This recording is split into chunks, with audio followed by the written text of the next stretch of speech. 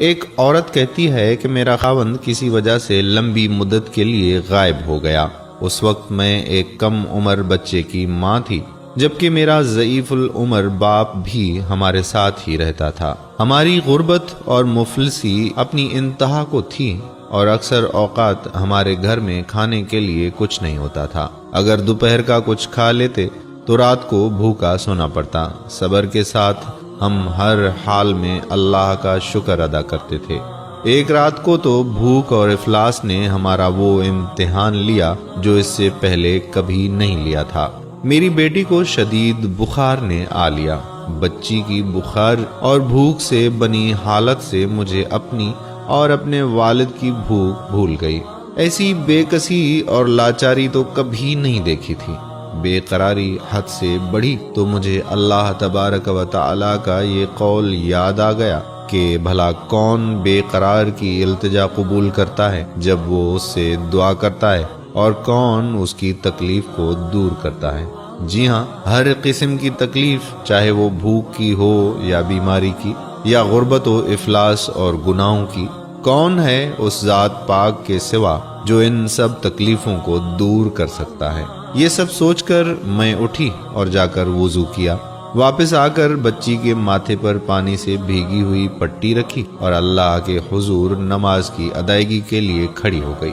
مختصر سی نماز پڑھنے کے بعد ہاتھ اٹھا کر بچی کے لیے دعا کی، اس کے ماتھے سے پٹی اتار کر دوبارہ پانی سے بھگو کر رکھی اور ایک بار پھر نماز کے لیے کھڑی ہو گئی۔ نماز کے بعد ایک بار پھر بارگاہ الہی میں دعا کے لیے ہاتھ اٹھائے، دعا سے فراغت پر پانی کی پٹی تبدیل کی اور دوبارہ نماز کے لیے کھڑی ہو گئی۔ اور یہ عمل میں نے کئی بار کیا۔ جب میں یہ سب کچھ بار بار دہراتی رہی تو کسی نے دروازہ کھٹکھٹایا، اس حیرت کے ساتھ کہ بھلا رات کے اس پہر کون ہو سکتا ہے۔ میرے والد نے پوچھا، کون؟ اور جواب آیا، میں ڈاکٹر ہوں۔ میں اور میرے والد ہم دونوں ایک دوسرے کو حیرت سے دیکھ رہے تھے کہ اس کو کس نے بلایا ہے۔ میرے والد نے جا کر دروازہ کھولا۔ ڈاکٹر نے آتے ہی پوچھا کہ مریضہ کدھر ہے، اور ہم نے سادگی سے بچی کی طرف اشارہ کر دیا۔ ڈاکٹر نے بچی کو چیک کیا، کاغذ پر ایک نسخہ لکھ کر میرے ہاتھ میں تھماتے ہوئے بولا کہ لائیے میری فیس دیجیے اور میں چلتا ہوں۔ میں نے آہستگی سے جواب دیا، ڈاکٹر صاحب، ہمارے پاس تو آپ کو دینے کے لیے فیس کے پیسے نہیں ہیں، بلکہ ہمارے پاس تو کچھ بھی نہیں ہے۔ میرا یہ جواب سنتے ہی ڈاکٹر جھلا اٹھا اور غصے سے تقریباً دھاڑتے ہوئے بولا کہ اگر فیس دینے کے لیے پیسے نہیں تھے تو مجھے آدھی رات کو فون کر کے کیوں بلایا تھا؟ کیوں مجھے اس طرح بے آرام کیا ہے تم لوگوں نے؟ ڈاکٹر کے منہ سے ٹیلی فون کا سن کر مجھے لگا کہ ڈاکٹر غلطی سے ہمارے گھر آ گیا ہے۔ میں نے ہمت کرتے ہوئے جواب دیا کہ ڈاکٹر صاحب، ہم نے آپ کو ٹیلی فون کر کے نہیں بلایا، بلکہ ہمارے پاس تو ٹیلی فون ہے ہی نہیں۔ یہ سن کر ڈاکٹر نے مجھ سے پوچھا کہ اچھا تو کیا یہ فلاں شخص کا گھر نہیں ہے؟ میں نے کہا نہیں ڈاکٹر صاحب، فلاں صاحب ہمارا ہمسایہ ہے۔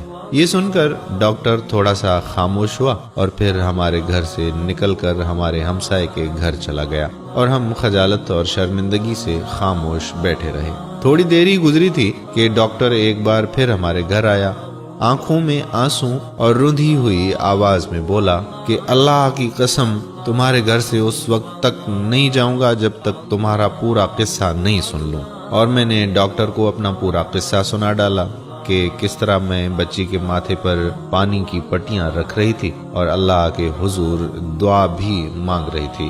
ڈاکٹر جلدی سے اٹھ کر باہر چلا گیا اور کچھ دیر کے بعد ہمارے لیے رات کا کھانا اور بچی کے لیے دوائیں اور کچھ گھریلو ضروریات کے سامان کے ساتھ لوٹا۔ ساتھ ہی اس نے ہمیں بتایا کہ اس کی طرف سے ہر مہینے ایک تنخواہ ہمیں اس وقت تک ملتی رہے گی جب تک اللہ چاہے گا۔ جی ہاں دوستو، یہ اللہ پر بھروسے کی کہانی ہے۔ صرف یاد دہانی کے لیے اللہ تبارک و تعالی کی ذات پر اس سے بھی بڑے بھروسے کی کہانی سنیے کہ سیدنا موسیٰ علیہ السلام اپنے تعاقب میں آنے والے دشمنوں سے خوفزدہ جان بچاتے ہوئے اہل مدین کی طرف پہنچے۔ کنویں پر کھڑے 2 لڑکیوں کے ریوڑ کو پانی پلا چکے تو انہوں نے کوئی معاوضہ طلب نہیں کیا، حالانکہ اس وقت وہ بھوک سے بے حال تھا۔ انہوں نے بقول قرآن مجید صرف اتنا کہا تھا کہ پروردگار میں اس کا محتاج ہوں کہ تو مجھ پر اپنی نعمت نازل فرمائے، اور پھر میرے نہایت ہی قابل قدر ناظرین کرام، اس کے بعد کا قصہ آپ جانتے ہیں کہ اللہ کی طرف سے جواب یوں تھا کہ ایک لڑکی سے مفت میں شادی اور 10 سال کے لیے کام کا معاہدہ۔ تو قصہ المختصر وہ حاصل تحریر کہ میرے پیارے مسلمان بہن بھائیوں، اللہ پر بھروسہ کیجیے، کیونکہ اللہ تو ہمیں ہماری جنم دینے والی ماؤں سے بھی زیادہ پیار اور محبت کرتا ہے، تو وہ کیسے ہماری کوئی بات رد کر سکتا ہے؟ نہایت معذرت کے ساتھ کڑوا سچ تو یہ ہے کہ مجھ گنہگار سمیت ہم سب اس ذات باری تعالیٰ سے اس طرح مانگتے ہی نہیں کہ جس طرح مانگنے کا حق ہوتا ہے۔ اللہ تعالیٰ مجھ گنہگار سمیت ہم تمام مسلمانان عالم کو ذات رب العالمین پر مکمل اعتماد و ایمان رکھتے ہوئے ہر مصیبت، امتحان، آزمائش اور پریشانی پر صرف اپنا محتاج کرے، اور تا حیات عین صراط مستقیم پر چلنے کی کامل توفیق عطا فرمائے۔ وقت نزا کلمہ توحید و رسالت نصیب فرمائے، آمین ثم آمین یا رب العالمین۔